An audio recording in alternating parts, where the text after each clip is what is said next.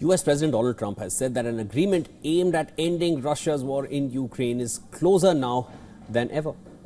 And this as his team reported progress after talks in Berlin. And Trump made the statement at a White House event after having called into a dinner in Berlin at which his envoys, Steve Witkoff and Jared Kushner, were holding talks with Ukrainian President Volodymyr Zelenskiy and European leaders. And I think we're closer now, and they will tell you that they're closer now. We had numerous conversations with President Putin of Russia, and I think we're closer now than we have been ever. And we'll see what we can do. We want to save a lot of lives. We sell equipment to NATO. We don't spend any money, but we do want to see if we can save a lot of lives. US officials warned Ukraine must accept the deal, which they said would provide security guarantees in line with NATO's Article 5, which calls on attack on one ally and attack on all. German Chancellor Friedrich Merz praised the US for offering what he called substantial legal and material security guarantees, adding that they were a very important step forward. Now, the European leaders in a joint statement at the Berlin talks proposed a force as part of US-backed robust security guarantees aimed at preventing Russia from violating an agreement to end the war.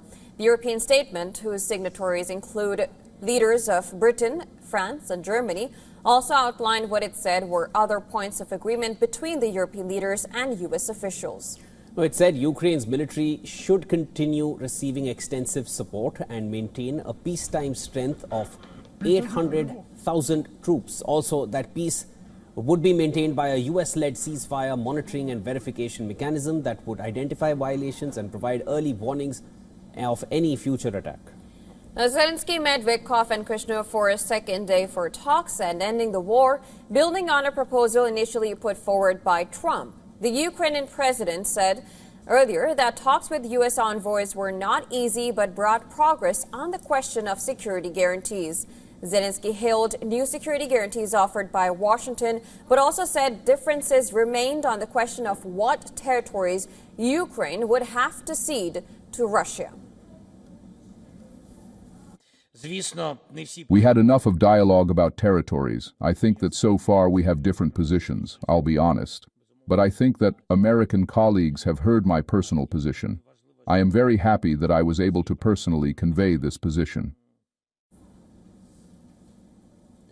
An official briefed on the US-Ukrainian talks earlier told AFP that US negotiators still want Ukraine to cede control of the eastern Donbass, made up of the Donetsk and Luhansk regions. Moscow controls almost all of Luhansk and about 80% of the Donetsk region, according to the US-based Institute for the Study of War. The official also said that Russian President Vladimir Putin wants territory and that US was demanding that Ukraine withdraw from the regions. European Union's von der Leyen has said decisions on territories are for Ukraine to take.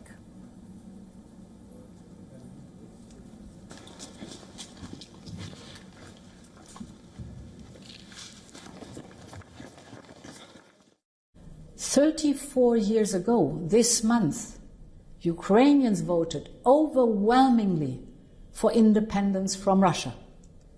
They voted yes to Ukraine being Ukraine. That choice remains unbroken. The Ukrainians defended every day, admirably, on the battlefield. They deserve a peace worthy of their courage." And to discuss more, we're being joined live by Adrian Calamil. He is a fellow at the Arabian Peninsula Institute and a scholar. Thank you so much. Always a pleasure to have you on the show. We've been hearing US say that we're near the talks, we're near to a peace deal every time, and it's not really very different from the last time as well, where Trump went back and said that, no, we need to talk more. European leaders on the other side, when we look at these Berlin talks, it looks like they do now want to stand by Ukraine, and they are adamant about it. How positive are you about this outcome? Great to see you, Josna. It's been a little while, and good evening to all your viewers.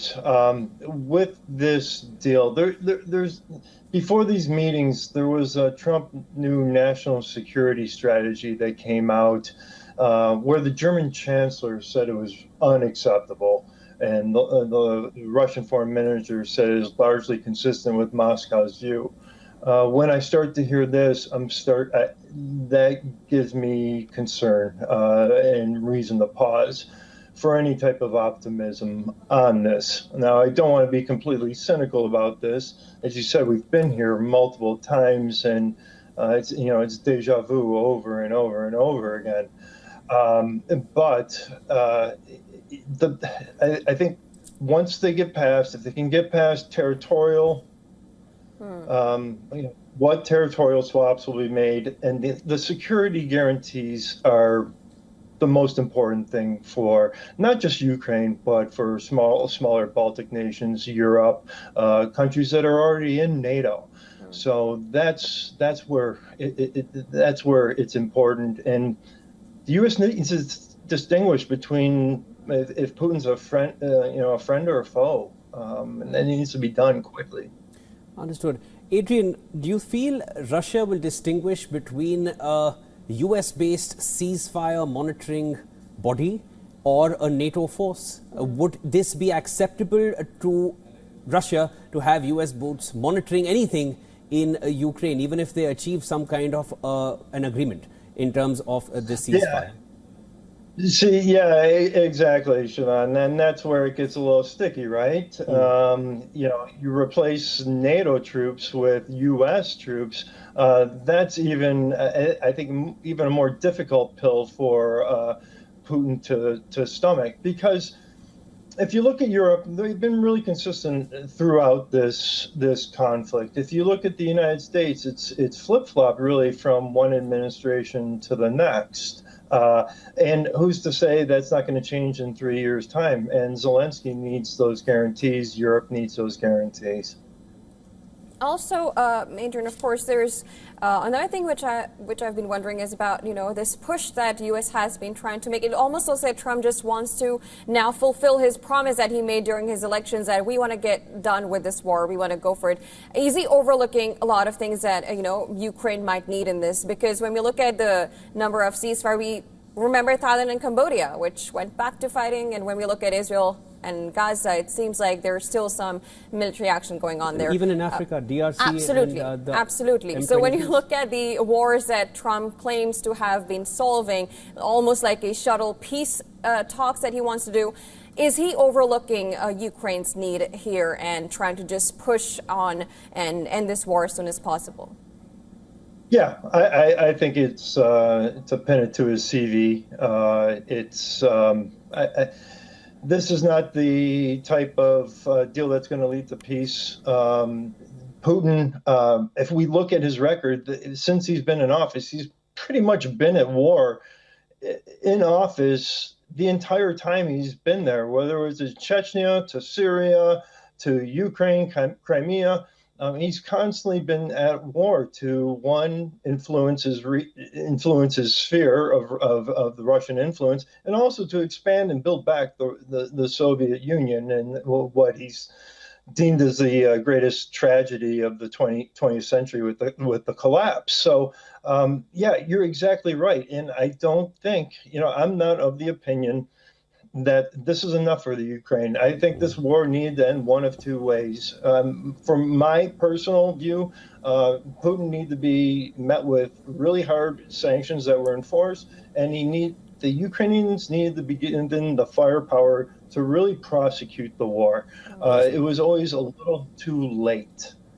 Adrian, thanks so much for joining us here on World DNA. It's always a pleasure having you with us and speaking to you. Of course, whether this means something or not, we'll go soon enough, but we've heard enough things coming out from Trump, and the entire world knows now to wait for the final result before you arrive at a conclusion after a Trump statement.